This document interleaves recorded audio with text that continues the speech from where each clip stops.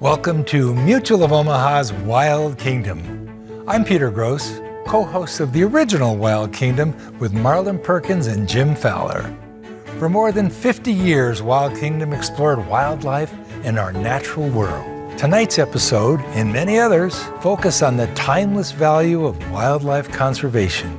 Wild Kingdom played a critical role in changing public attitudes about the importance of animals for the health of our planet and our own quality of life. We challenge viewers to learn about animals and get involved in conservation in their local communities. That call to action resulted in more visits to local zoos, nature preserves, and even observing animals in their natural habitats. And that connection with animals benefits all of us in the Wild Kingdom. So sit back, relax, and enjoy Mutual of Omaha's Wild Kingdom.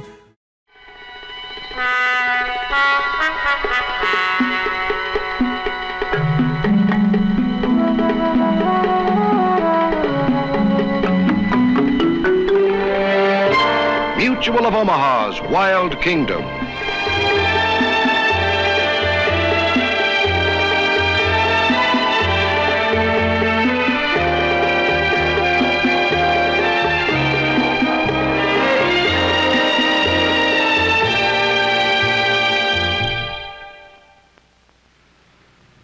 What do you see down there, WK?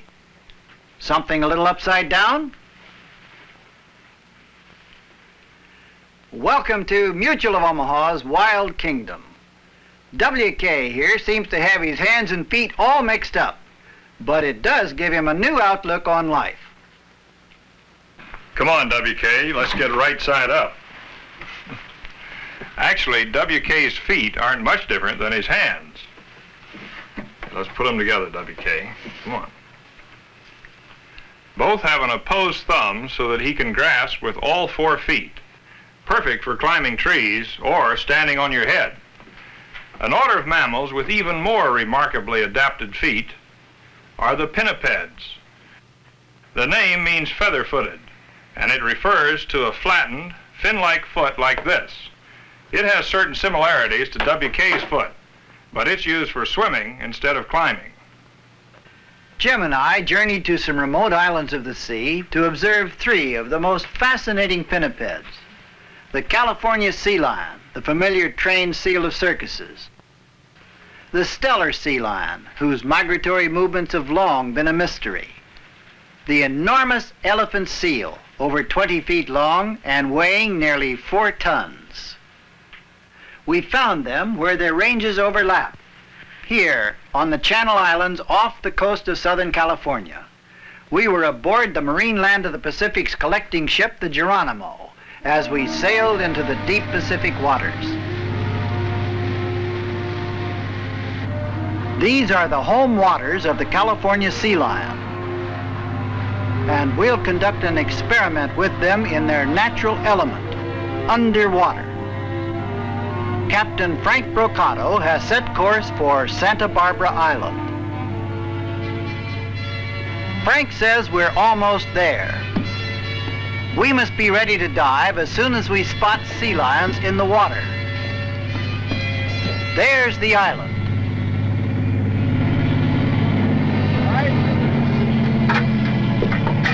The beaches here are favorite hauling out places for the sea lions, and they congregate in these waters. The ship is secured, and we're anchored in an ideal spot. We're near a kelp bed, an area that often attracts sea lions. Conducting the underwater experiment with us is John Prescott, curator of Marine Land of the Pacific's Oceanarium.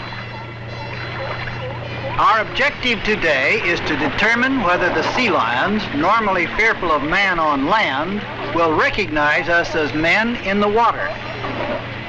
Captain Brocato keeps a sharp eye on a small colony sunning on the beach. As soon as they enter the water, we'll dive. Something startled them. They're heading for the water. It's time to move. We'll head toward the beach and try to meet them coming out. I always get a great feeling of tranquility when I enter the underwater world. As you leave the bright day behind and glide down into the twilight of the blue Pacific depths, you seem to be suspended in silent space, weightless and free. We're nearing the kelp bed. Sea lions often seek cover in areas like this.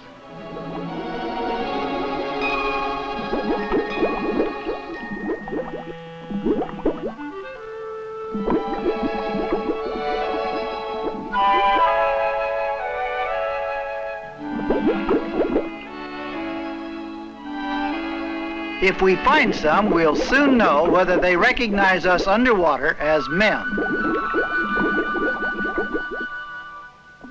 There, up near the surface, 4 yearlings.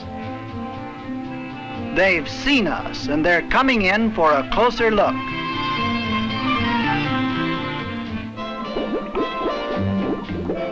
They obviously don't recognize us as humans, but they can't seem to figure out just what we are. To them, we must be some kind of strange new fish, and their natural curiosity compels them to take a closer look.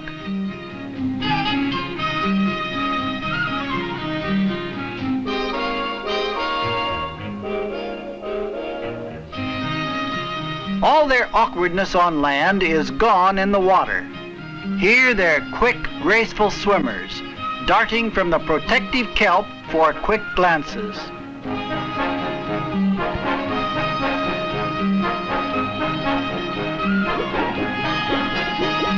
We can't get close enough to actually touch them. They always dart past just out of reach.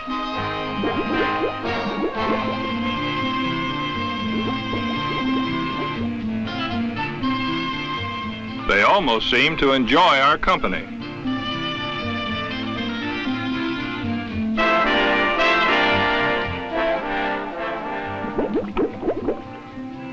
John's found an abalone, and we may be able to use it as bait to lure the sea lions in closer.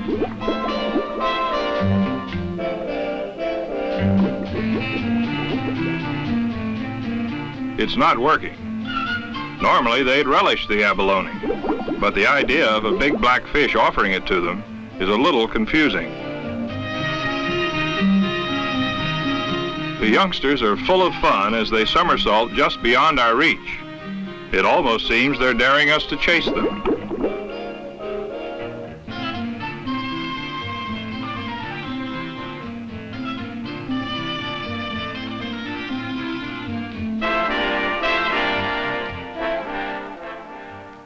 In slow motion, the fluid grace of these agile swimmers is even more apparent as they glide effortlessly through their underwater domain.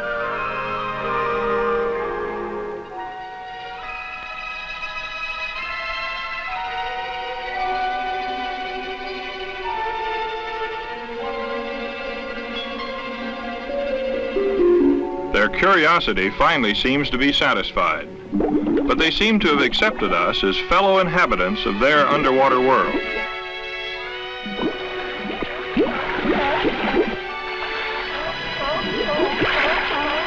We've surfaced near the beach and the sea lion colony has returned. Now to complete the experiment. We'll see how they react to our approach. Here's our answer. Out of the water, they immediately recognize us and their natural fear of man takes charge. There's no doubt. They're frightened of us above the surface, but underwater, we only stir their curiosity. Farther up the coast, a lone sentinel watches, reflected in the surf-washed sand, animal of land and sea. We have learned another of his secrets today. Leaving the California sea lions behind, we sailed north to another remote Pacific island. Once more, the Geronimo dropped anchor, and we headed ashore. This is the one island in the Pacific where the ranges of 2 of the largest pinnipeds overlap.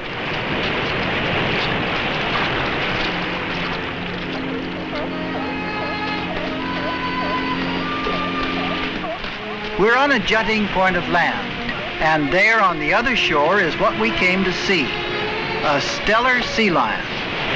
4 times heavier than the California sea lion, they're still able to move easily over the rocky shore. He seems to be headed for a small island where an entire colony has hauled out. A lone bull claims a wave-worn rock as his own.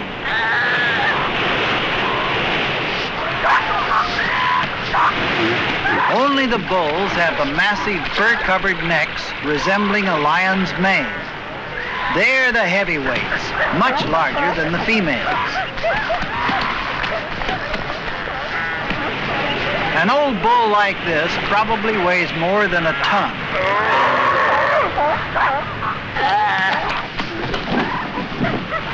Like most pinnipeds, Stellers are social animals, living together, but not necessarily in harmony. A mystery surrounds these animals. They spend much of their time moving on journeys along the coast, but not much is really known about these travels. They're splendid swimmers and could cover great distances on migratory journeys. They're fascinating, handsome animals, but we've spotted an even more impressive sight farther up the coast.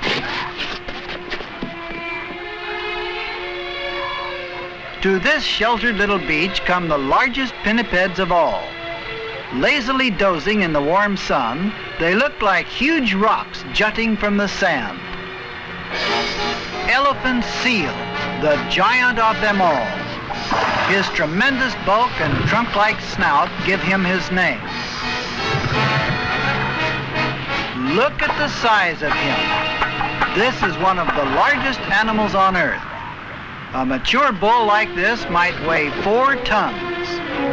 In his upright stance, he's as tall as we are.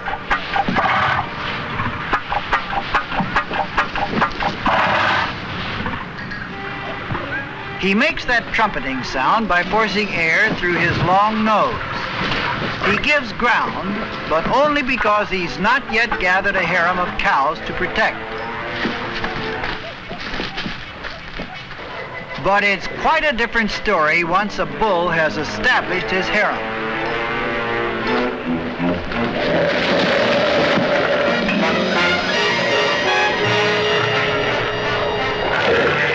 This is the mating season. The bulls have established territories which they defend savagely. This entire beach is divided into each bull's individual domain, into which he gathers a harem of cows. Only the strongest bulls can maintain harems, and they must repel all challengers.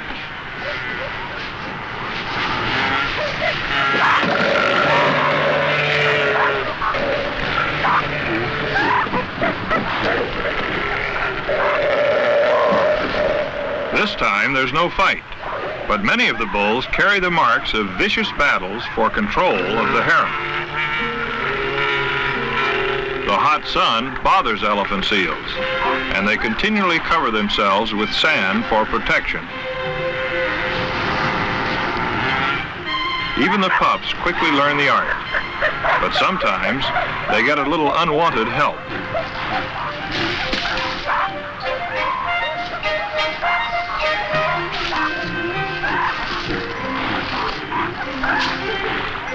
Born on the beach, the nursing pups grow quickly on a diet of rich milk. They must be strong enough to follow the adults when they return to sea.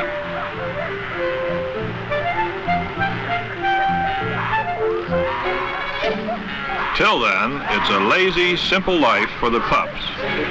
But there are some hazards.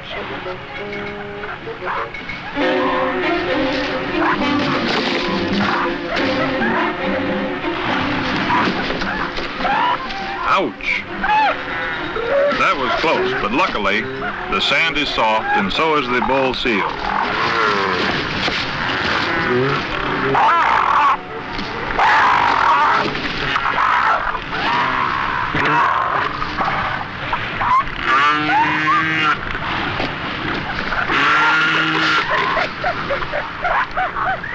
Now, with Mother near, everything is all right.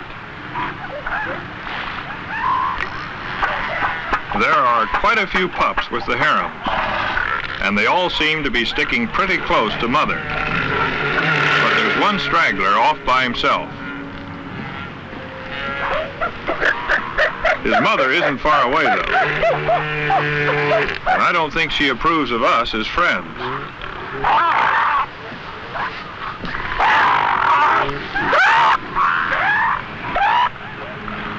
I'm not sure he does either.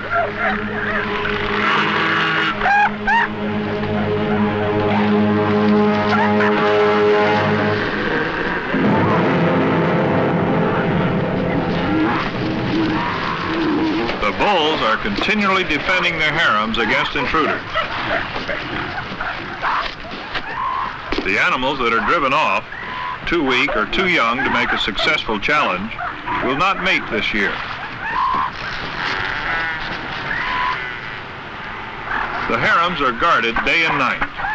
The bulls never even leave to feed during the months of the season. A challenger must beat them in an open battle to gain the harem. Thus, the young are the product of only the strongest of the species. Jim and I decide to test the extent of a large bull's territory.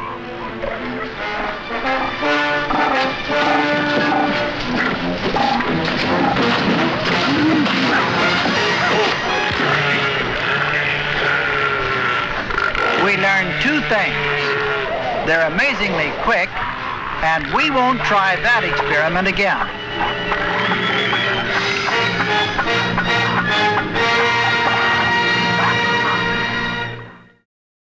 We continued to scout the island and spotted some extremely large elephant seal bulls farther up the rocky coast. This remote barren island, with its simple rugged beauty, seems an appropriate setting for the elemental life of the elephant seals. Nature's inflexible law that only the strong shall rule is written nowhere more plainly than here. On the beach ahead, a large group of California sea lions has hauled out to rest before continuing to feed offshore. This beach is the territory of one of the enormous elephant seal bulls we sighted. Now a challenger is moving in. This is a sight that few have witnessed.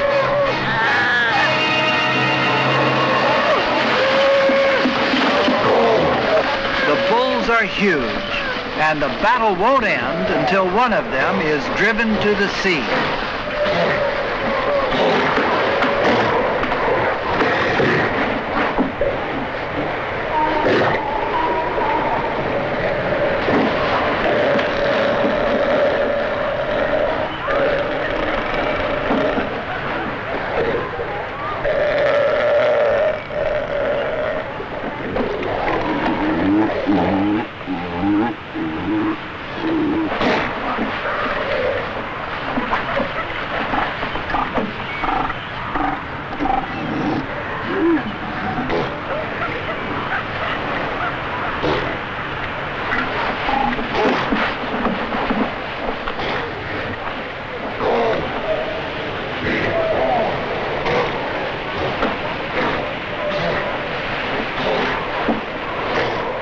Once two of these 8,000-pound giants begin tearing at each other, nothing can stop them.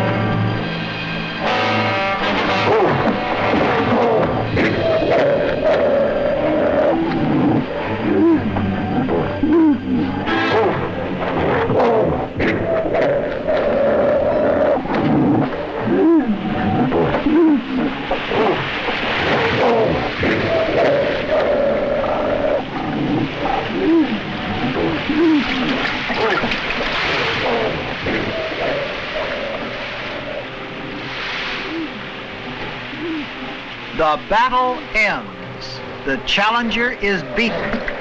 The exhausted defender is still master. With his great strength, he may rule harems for many years.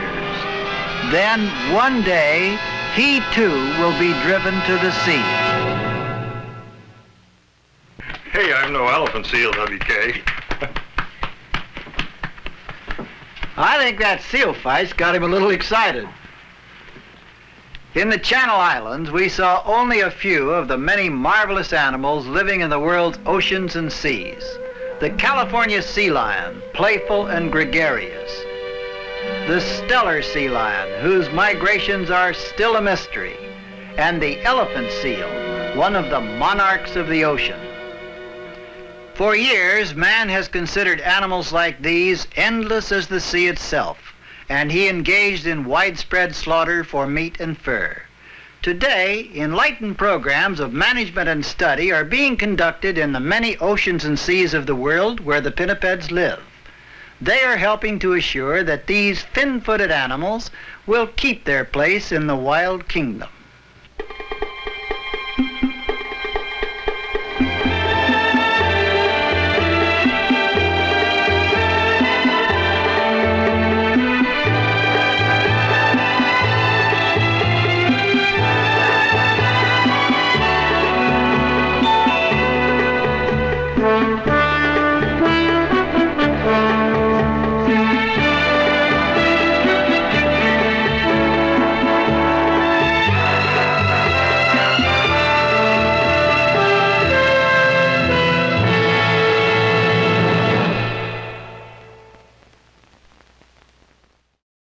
Like what you saw? Follow us on Facebook, Instagram, and YouTube for more exclusive content. And visit our website at wildkingdom.com.